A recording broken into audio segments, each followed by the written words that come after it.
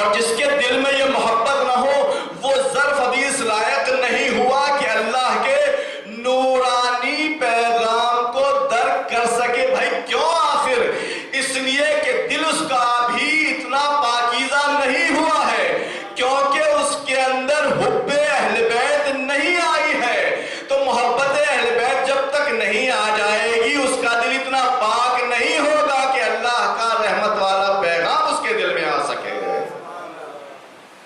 دونوں میں بہت رابطہ ہے، پکا رابطہ ہے. تو پھر یہ جو سب اتنے کلمہ توحید پڑھنے والے ہیں ان کا کیا ہوگا آخر؟ یہ مسلمان جتنے بھی کلمہ توحید پڑھ رہے ہیں ان کا کیا ہوگا؟ انہیں کلمہ توحید پڑھا، کسی بھی انسان نے جو توحید کو ابھی تک نہیں مانتا کلمہ توحید پڑھا مسلمان ہو گیا. تو اب جب مسلمان ہو گیا تو اللہ اسے قبول کر لے. دیکھیے ایک بہت کاش میں اپنی بات آپ تک پہنچا سکوں، ایک تھوڑا سا غور کرنے کی ضرورت ہے بس. دیکھیے کوئی انسان کافر ہے، مشرک ہے، جیسے کہ عرب میں تھے، تو حضرت ان کو مسلمان بنانے کے لیے کیا کیا؟ ان سے کہا غسل کرو، نماز پڑھو. نہیں، یہ سب کچھ نہیں. مسلمان بنانے کے حضور نے فرمایا کہ صرف 2 کلمے اپنی زبان پر جاری کر دو مسلمان بن جاؤ گے. ایک لا الہ الا اللہ اور دوسرا محمد الرسول اللہ. یہ 2 کلمے پڑھو اور مسلمان بن جاؤ. کتنا آسان کام ہے، بہت آسان کام ہے، اس سے آسان تو کام کچھ نہیں ہے. تو جب یہ مسلمان ہو گئے تو آخر ان کے مسلمان ہونے کا کوئی فائدہ تو ہونا چاہیے. جب مسلمان ہو گئے، جی ہاں، شریعت اسلامی نے ان کے لیے فائدہ رکھا. جو انسان ابھی تک مسلمان نہیں ہے وہ اسلامی شریعت کے حساب سے ناپاک ہے، پاک نہیں ہے وہ انسان. اس کا پسینہ اگر ہمارے لگ جائے تو مسئلہ ہو جائے گا. اس کے ہاتھ کا کھانے کے لیے قانونی لحاظ سے مشکل ہے. لیکن اگر یہی انسان 2 کلمے اپنی زبان پر جاری کر دے تو اس کا اثر یہ ہے کہ یہ انسان پاک ہو گیا. اب اس سے خوب گلے ملیے، خوب اسے کھلائیے، خوب اس کے یہاں سے کھائیے، کوئی مسئلہ نہیں ہے. لیکن کیا اس کا فائدہ ہوگا؟ لوگ آ گئے حضرت کی خدمت میں، کہنے لگے کہ پیغمبر ہم آپ پر ایمان لے آئے ہیں، اور جب آپ ایمان لے آئے ہیں تو ذرا کچھ غنیمت میں سے تھوڑا بہت ہمارا بھی خیال رکھیے گا. ایمان لے آئے ہیں تو ادھر سے وحی آئی کہ اے پیغمبر ان سے کہہ دیجئے کہ لما يدخل الایمان فی قلوبکم، ابھی تمہارے دلوں میں ایمان نہیں اترا ہے. توجہ کیجئے گا، خالی کلمہ شہادتین جاری کرنے سے تم مومن نہیں ہو گئے ہو. ولیکن قولوا اسلمنا، ہاں اتنا ضرور کہہ سکتے ہو کہ ہم اسلام لے آئے ہیں. اب دیکھیں دونوں چیزوں میں فرق ہے. قرآن کی زبانی ایک چیز ہے اسلام، اور ایک چیز ہے کیا؟ ایمان. اسلام کا تعلق کاہے سے ہے؟ زبان سے. ادھر آپ نے زبان سے کلمہ شہادتین جاری کیا، اب وہ کلمہ دل میں اترا کہ نہیں اترا اس سے ہمیں کوئی مطلب نہیں ہے. آپ نے جیسے ہی زبان پر لا الہ الا اللہ کہا، محمد الرسول اللہ کہا، ویسے ہی آپ مسلمان ہو گئے، پاک ہو گئے. آپ خون آپ کا محترم، مال آپ کا محترم، آبرو آپ کی محترم، نکاح شادی آپ سے جائز، سب کچھ ٹھیک. آپ کی نماز جنازہ بھی پڑھائی جا سکتی ہے، واجب ہے. آپ کو غسل بھی دیا جائے گا مر جائیں گے تو، کفن بھی دیا جائے گا مر جائیں گے تو، اس تشیع جنازہ بھی ہوگی مر جائیں گے تو. ہر مسلمان پر واجب ہے کہ آپ کا غسل بھی دے، کفن بھی دے، تشیع جنازہ بھی کرے، نماز بھی پڑھے، دفن بھی کرے، یہ سب واجب ہے. لیکن آپ مومن نہیں. اسلام کا تعلق کاہے سے؟ زبان سے. دوسرا مرحلہ ہے ایمان کا. ابھی تم مومن نہیں ہوئے ہو. مومن کہاں کیسے بنتا ہے انسان؟ لما يدخل الایمان فی قلوبکم، لما يدخل الایمان فی قلوبکم، ابھی ایمان تمہارے دلوں میں نہیں اترا ہے۔ ایمان کا تعلق دل سے ہے، اسلام کا تعلق زبان سے ہے۔ بھئی توجہ کیجئے گا، جس انسان نے اپنی زبان پر کلمہ شہادتین جاری کیا ہے، کوئی ضروری نہیں ہے کہ یہ شہادتین اس کے دل میں اتر کے ایمان میں تبدیل ہو جائے۔ جی توجہ کیجئے گا، کوئی ضروری نہیں ہے کہ یہ شہادتین اتر کے اس کے دل میں مومن بن جائے۔ ہاں، جس انسان کے دل میں ایمان اترا ہوا ہے وہ یقیناً مسلمان ہے۔ توجہ کیجئے گا، اب یہاں سے ایک بیچ میں ایک اور جاتی پیدا ہوتی ہے، اسلام اور ایمان کے بیچ میں ایک جاتی اور پیدا ہوتی ہے۔ وہ کون سی جاتی ہے؟ وہ ہے منافقین کی جاتی۔ توجہ کیجئے گا، نام سنا ہے نا منافقین کا آپ نے؟ منافق منافق منافق منافق کسے کہتے ہیں؟ سمپل سی ڈیفینیشن جو علماء نے بیان کی ہے، وہ کہ جس کے دل میں کچھ اور ہوتا ہے، زبان پر کچھ اور ہوتا ہے۔ توجہ کیجئے گا، زبان پر کلمہ توحید ہے، دل میں بغض علی رکھے ہوئے ہیں، اسی کو کہتے ہیں منافق۔ شاید اسی لیے رسول خدا نے فرمایا، اے علی حب کا ایمان، بغض کا کفر و نفاق۔ اے علی، اگر کوئی تم سے محبت کرتا ہے جو دل کا کام ہے تو سمجھ لینا مومن، جو تم سے بغض رکھتا ہے، حسد رکھتا ہے جو دل کا کام ہے تو سمجھ لینا منافق۔ ارے میرے عزیزو، غضب ہو گیا، غضب ہو گیا۔ تاریخ اسلام میں ایسی شخصیتیں بہت رہیں جو آج بھی مسلمانوں کے درمیان منافق کے نام سے مشہور ہیں، لیکن کچھ شخصیتیں ایسی بھی رہیں کہ جو منافق کے نام سے مشہور تو نہ تھی، مگر عجیب مسئلہ ہے۔ ایک صحابی گزرے ہیں، حذیفہ ابن یمان۔ حذیفہ حضرت جنگ تبوک سے واپس آ رہے ہیں، کچھ صحابیوں نے مل کر کے یہ چال چلی کہ جیسے ہی حضور کی اونٹنی اس پہاڑ کی وادی میں پہنچے گی، کچھ ایسا کریں گے کہ اونٹنی پھسل جائے وہاں سے۔ اور حضور کی اونٹنی بھی بڑی لاغر مردنی سی تھی، کچھ بہت چاق چلہ نہیں تھی، لاغر مردنی سی۔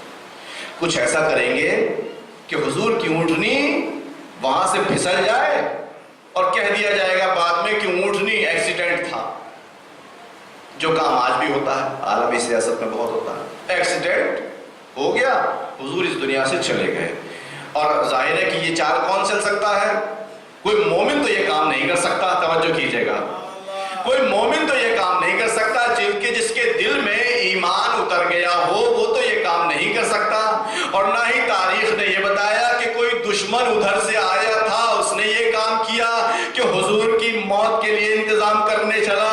یقیناً کوئی ایسا ہی تھا جس نے شہادتین تو جاری کیا تھا، مگر دل میں اس کے بغض نبی بھی تھا، بغض علی بھی تھا۔ کوئی ایسا ہی رہا ہوگا۔ اب انہیں کیا پتا کہ ان کے سر کے اوپر خدا کی رحمتوں کا سایہ ہے۔ وحی الہی آ گئی کہ نبی، یہ لوگ آپ کی جان کے در پہ ہیں، اور پورا نقشہ جو انہوں نے کھینچا تھا وہ سب کا سب نبی کو پہنچا دیا۔ حضرت نے کچھ نہیں کیا، سب نیچرل۔ حذیفہ ابن یمان کو یہ مہم سونپ دی کہ جاؤ فلاں پہاڑی کی چوٹی پر جانا اور وہاں جا کر منتظر رہو کہ میں جب وہاں پہنچتا ہوں تو دیکھو کون لوگ ہیں۔ اب نام کسی کو نہیں پتا ہے، نام کسی کو بھی نہیں پتا۔ حذیفہ ابن یمان پہنچے، دیکھا 8-10 لوگوں کی ٹکڑی چلی آ رہی ہے، اور سب ایک دوسرے سے مسکراتے ہوئے کہتے ہوئے کہ ہاں آج اچھا موقع مل گیا، آج تو ہم اپنا کام تمام کر دیں گے، آج تو اپنے مقصد تک پہنچ جائیں گے، اور انہوں نے تو ہمارے بڑے بزرگوں کو قتل کیا ہے، انہوں نے تو ایسا کیا، انہوں نے تو ایسا کیا، چلو اچھا موقع ملا کہ ان کو قتل بھی کر دیں گے اور ہمارا نام بھی فاش۔ مگر جس کو اللہ رکھے حذیفہ آ گئے، دیکھا 10 لوگوں کی 8-10 لوگوں کی ٹکڑی آئی، اس نے یہاں چیمے گوئیاں شروع کر دی۔ اب حذیفہ کو بھی ڈر محسوس ہوا، خطرہ محسوس ہوا کہ اگر میں ان کے سامنے آ گیا تو سب سے پہلے یہ میری ہی جان لیں گے۔ ایک مرتبہ انہوں نے توسل کیا نبی کی خدمت میں، وہیں سے دور سے عرض کیا یا نبی اللہ میں تو پھنس گیا، آپ نے مجھے بھیجا تھا اپنی جان کے بچانے کے لیے، سبیل کرنے کے لیے، یہاں تو میری ہی جان کی پڑی۔ بس ایک مرتبہ حذیفہ کے ذہن میں یہ بات آئی کہ مجھے اللہ کے رسول نے مامور کیا ہے، توجہ کیجئے گا، مجھے اللہ کے رسول نے مامور کیا ہے، تو جیسے اللہ کے رسول نے مجھے مامور کیا ہے اپنی جان کی حفاظت کے لیے، ویسے ہی باقی چیزیں بھی اللہ کے رسول کے کنٹرول میں آتی ہیں۔ بس ایک مرتبہ اللہ کے رسول نے یعنی حذیفہ نے وہیں پر پڑے ہوئے چھوٹے چھوٹے پتھر، یعنی اتنے بڑے پتھروں کو کہ جن کے اندر وہ چھپ سکتے تھے، یہ حکم دیا کہ اللہ کے رسول کی جان کا واسطہ، بس جیسے ہی واسطہ دیا ان پہاڑ کی چھوٹی چھوٹی چوٹیوں نے تھوڑا سا راستہ کھولا، حذیفہ ان کے اندر مخفی ہو گئے، چھپ گئے، توجہ کیجئے گا، چھپ گئے۔ حذیفہ آپ بچ گئے، کیسے بچے؟ کہا ہم نے واسطہ دیا رسول کا، اللہ کے رسول پر ہمارا پورا ایمان تھا، ہم نے اللہ کو ان کی جان کا واسطہ دیا، اللہ کے رسول کی جان بچنی تھی، اللہ نے یہ انتظام کیا، معجزہ دکھایا، ہمیں بھی بچایا، رسول کو بھی بچایا۔ بس حذیفہ وہاں چھپ گئے، یہ 8-10 لوگ آئے، حذیفہ نے سب کو باقاعدہ پہچان لیا، فلاں ابن فلاں، فلاں ابن فلاں، فلاں ابن فلاں، فلاں ابن فلاں۔ اور اب جیسے ہی حضور کا ناکہ وہاں سے نکلنے والا تھا، ان لوگوں نے وہی کام کیا جو ان کو کرنا تھا، پوری کوشش کی کہ حضور کی اونٹنی وہاں سے پھسل جائے، مگر چونکہ اللہ کا انتظام تھا لہٰذا حضور بچ گئے۔ اب توجہ کیجئے گا، میں نے عرض کیا کہ کلمہ شہادتین جاری کر لینے سے کوئی مومن نہیں بنتا جب تک ایمان اس کے دل میں اتر نہ جائے۔ اسلام اور ایمان کے بیچ میں ایک کیٹیگری ہے منافقین کی، ان کا کام کیا ہوتا ہے؟ کہتے ہیں کہ قالو انا صلوات پڑھ دیئے محمد و آل محمد۔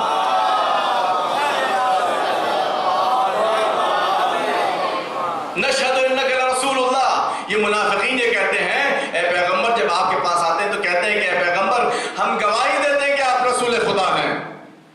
اللہ کہتا ہے کہ واللہ یعلم انک لرسول، اے پیغمبر خدا خود جانتا ہے کہ آپ اس کے رسول ہیں، ولکن المنافقین لا یفقہون، لیکن یہ منافقین سمجھتے نہیں ہیں۔ اللہ سمجھتا ہے لیکن یہ منافقین نہیں سمجھتے ہیں۔ زبان پر کلمہ شہادتیں جاری کر لیا ہے مگر دل میں ان کے ایمان نہیں اترا ہے۔ جناب حذیفہ نے دیکھ لیا، دیکھنے کے بعد سب کے نام گن لیے۔ اب جب مدینے سب پہنچ گئے، یہ بات لیک ہو گئی کہ حذیفہ نے سب کو پہچان لیا ہے، کسی طرح لیک ہو گئی کہ حذیفہ کو منافقین کے نام پتہ ہیں۔ اب حذیفہ معیار بن گئے مسلمانوں کے درمیان منافقین کو پہچاننے کے لیے۔ اب مدینہ کی زندگی میں 2 طرح کے معیار ہیں منافقین کو پہچاننے کے لیے۔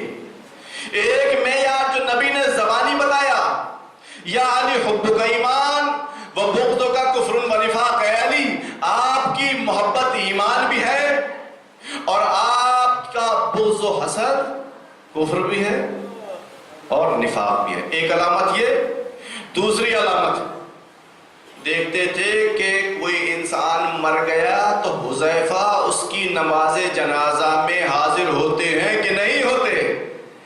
اگر اس کی نماز جنازہ میں حاضر نہیں ہوتے ہیں تو اس کا مطلب وہ انسان منافق تھا، وہ انسان منافق تھا۔ بہت سے لوگ کتراتے تھے، بہت سے لوگ پھر بھی معاشرے کا خیال کرتے ہوئے ہم اس کی نماز میں آ جاتے تھے۔ لیکن بڑا عجیب قصہ ہے میرے عزیزو، ایک بہت بڑے نامور صحابی جو مسلمانوں کے لیے نہایت محترم بھی ہیں، ان کے بارے میں تاریخ نویسوں نے لکھا کہ وہ حذیفہ کے پاس پہنچتے تھے اور بار بار پوچھتے تھے کہ یہ بتائیے کہ ان منافقین میں میرا تو کہیں نام منافقین میں میرا تو کہیں نام نہیں ہے؟ حذیفہ ان کا کوئی جواب نہیں دیتے تھے. اگر نہ ہوتے تو حذیفہ کہتے نہیں ہیں، ہوتے نام ہے. حذیفہ نے جواب نہیں دیا، کچھ سیاسی مشکلات ہیں، اس لیے کہ معلوم ہے کہ جو ان کی مخالفت کرتا ہے اس کو یہ تہہ دیو کر دیتے ہیں. اس لیے حذیفہ ان کے سوال کا جواب نہیں دے سکتے. بس میرے عزیزو، ایک چیز ہے اسلام جو کلمہ شہادتین جاری کر کے انسان کو حاصل ہو جاتا ہے، انسان اس کے ذریعے سے پاک ہو جاتا ہے، انسان اس کے ذریعے سے اس کا خون حلال ہو جاتا ہے، اس کے ذریعے سے انسان کی مال و آبرو عزت سب محفوظ ہو جاتی ہے. لیکن یہ اسلام لانا اس کی نجات کا ضامن نہیں ہے جب تک کہ یہ اسلام اس کے دل میں ایمان کی صورت میں گھر نہ کر جائے. اور ایمان اسی وقت انسان کے دل میں بیٹھے گا جب وہ حق کو قبول کرنا پسند کرے گا. اس لیے کہ یہ واحد معیار ہے ہمارے یہاں ایمان کے راسخ ہونے کے لیے، ایمان کے باقی رہنے کے لیے، کہ انسان حق کو قبول کرتا ہے یا حق کو قبول نہیں کرتا. اگر انسان حق کو ہر لمحے قبول کرتا ہے تو انسان کا ایمان بھی اتنا ہی پختہ ہوتا چلا جائے گا. اور اگر حق کو کچھ قبول کرتا ہے کچھ قبول نہیں کرتا ہے تو پھر ایمان میں بھی اس کے تھوڑی کمزوری ملے گی، پختگی اتنی نہیں ہوگی. عزیزو، وقت چونکہ ختم ہو چکا ہے، گفتگو میں ختم کر رہا ہوں. تو انسان کو حق پرست ہونا چاہیے، حق کی شناخت ہونا چاہیے، حق کا ساتھ دینے کا عزم ہونا چاہیے، اور حق پر باقی رہنے کے لیے کوشش کرنی چاہیے. اس لیے کہ جو انسان حق کا راستہ پا گیا ہے، گارنٹی نہیں ہے کہ ہمیشہ حق پر ہی ثابت رہے، یہ کوئی گارنٹی نہیں ہے. اور یہ ہمیں بتایا حسین کے اس جواں لال نے کہ جس کا ماتم کرنے کے لیے آپ بیٹھے ہیں. یہ چھوٹا سا قافلہ چلا جا رہا ہے کربلا کی طرف. ایک منزل پر حسین کی آنکھ لگ گئی، اور آنکھ لگی بیدار ہوئے. فرمایا انا للہ و انا الیہ راجعون. یہ شہزادہ جو اپنے باپ کے ارد گرد ہمیشہ گویا پہرا دیتا رہتا ہے اور باپ کے آنکھ کے اشارے کا منتظر رہتا ہے، یہ جوان لال، اس نے اپنے باپ کی زبان پر جیسے ہی یہ کلمہ سنا جو مصیبت کے وقت میں انسان پڑھتا ہے، بابا خیر تو ہے؟ ہاں بیٹا خیر ہے. میری ابھی آنکھ لگ گئی تھی تو میں نے اسی خواب کے عالم میں سنا کہ کوئی یہ کہہ رہا ہے کہ یہ قافلہ کہاں جا رہا ہے، موت ان کا پیچھا کر رہی ہے. جیسے ہی یہ لفظ علی اکبر نے سنا، فوراً ہاتھوں کو جوڑ کے بابا سے پوچھا السنا علی الحق یا ابا، اے میرے بابا جان کیا ہم حق پر نہیں ہیں؟ بیٹا اگر ہم حق پر نہ ہوں گے تو پھر کون حق پر ہوگا؟ تو پھر فرمایا، پھر عرض کیا اذن لا نبالی بالموت، اے بابا اگر ہم حق پر ہیں تو پھر ہمیں یہ کوئی پرواہ نہیں کہ ہم موت پر جا پڑیں یا موت ہمارے اوپر آن پڑے. جزاکم اللہ خیر الجزا. آپ نے دیکھ لیا علی اکبر کا معیار ہے حق پر قائم و دائم رہنا. اچھا علی اکبر، تمہیں اس بات کا کوئی خوف نہیں ہے کہ موت تمہارے اوپر آ پڑے؟ تمہیں اس بات کا کوئی خوف نہیں کہ موت پر تم جا پڑو؟ اتنا بے خطر ہو گئے ہو؟ جی ہاں، اتنا بے خطر. شہداء نے اپنی شہادت کا ہدیہ پیش کر دیا. مقاتل یہ لکھتے ہیں کہ بنی ہاشم میں سے سب سے پہلا جوان جو نکلا ہے وہ ہے علی اکبر. اللہ اکبر. علی اکبر کیا کہنے علی اکبر کے، کیا کہنے علی اکبر کے، کیا کہنے علی اکبر کے. تصور کیجئے میرے عزیزو، جو جوان صرف اپنے باپ کا لاڈلا نہ ہو، جو جوان صرف اپنی ماں کی آنکھوں کی ٹھنڈک نہ ہو،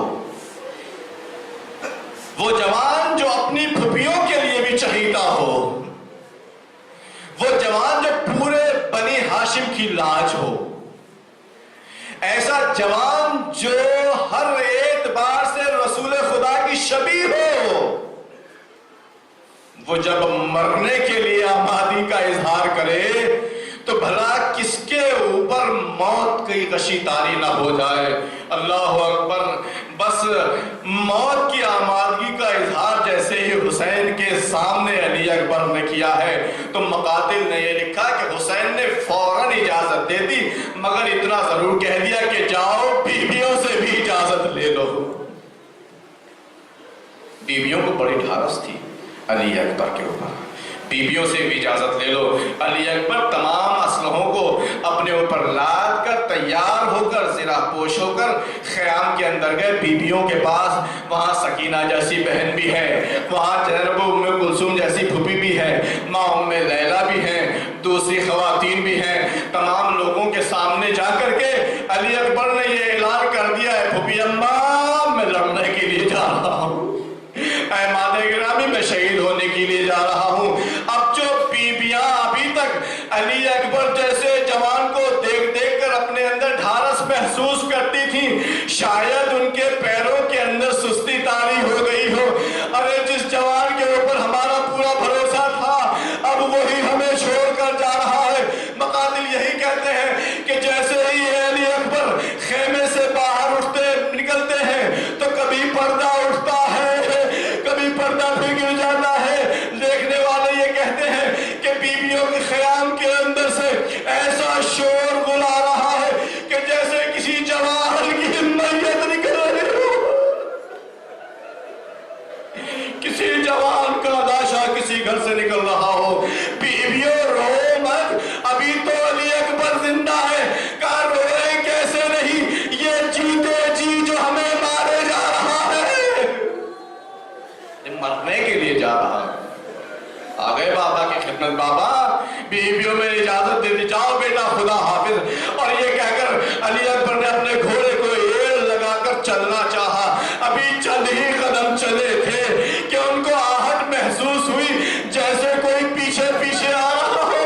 گھوڑے کو روک کر پیچھے گردن مڑ کر اب جو دیکھا تو بوڑھا باپ، بوڑھا باپ کبھی زمین پر بیٹھتا ہے، کبھی زمین سے اڑتا ہے اور یہی آواز دیتا ہے، محلن محلا، علی اکبر ذرا ٹھہر جا، علی اکبر ذرا۔ ارے حسین، آپ نے تو علی اکبر کو روانہ کر دیا تھا، پھر یہ اس کے پیچھے پیچھے کیوں جا رہے؟ کہا تمہیں نہیں معلوم، میرا بیٹا علی اکبر میرے اس نانا کی شبیہ ہے جس کو میں اپنی جان سے بھی زیادہ چاہتا ہوں۔ اجرکم اللہ، آپ کی آوازیں بلند ہو رہی ہیں، خدا اس قوم کے جوانوں کو علی اکبر کے صدقے میں محفوظ رکھے، آپ کی اولادوں کو علی اکبر کے صدقے میں محفوظ رکھے۔ علی اکبر نے گھوڑے سے اتر کر بابا کو پھر گلے سے لگایا ہوگا، بابا آپ نے تو خدا حافظ کر دیا تھا نا، آپ نے تو مجھے بھیج دیا تھا نا، پھر مسئلہ فرمایا بیٹا اگر تم صاحب اولاد ہوتے، جزاکم ربکم خیر الجزا، مجھے نہیں معلوم کہ حسین کی کیا کیفیت ہے۔ جس انسان نے سب کچھ راہ خدا میں قربان کر دیا، وہ علی اکبر کے جانے کے موقع پر اتنی کرب و علم کی کیفیت کا اظہار کیوں کر رہا ہے؟ اللہ اکبر۔ علی اکبر کو روانہ کر دیا، علی اکبر میدان میں گئے، اسلحوں سے لیس ہیں، جوانی کا پورا بھرم رکھا، کتنے ظالموں کو فنار کر دیا، مگر ایک ظالم نے کسی جگہ کو اپنے آپ کو چھپا کر نیزے سے علی اکبر کے سینے کا نشانہ لیا۔ نیزہ جیسے ہی علی اکبر کے سینے میں پیوست ہوا، علی اکبر سے گھوڑے پر رکا نہ گیا، اپنے آپ کو گھوڑے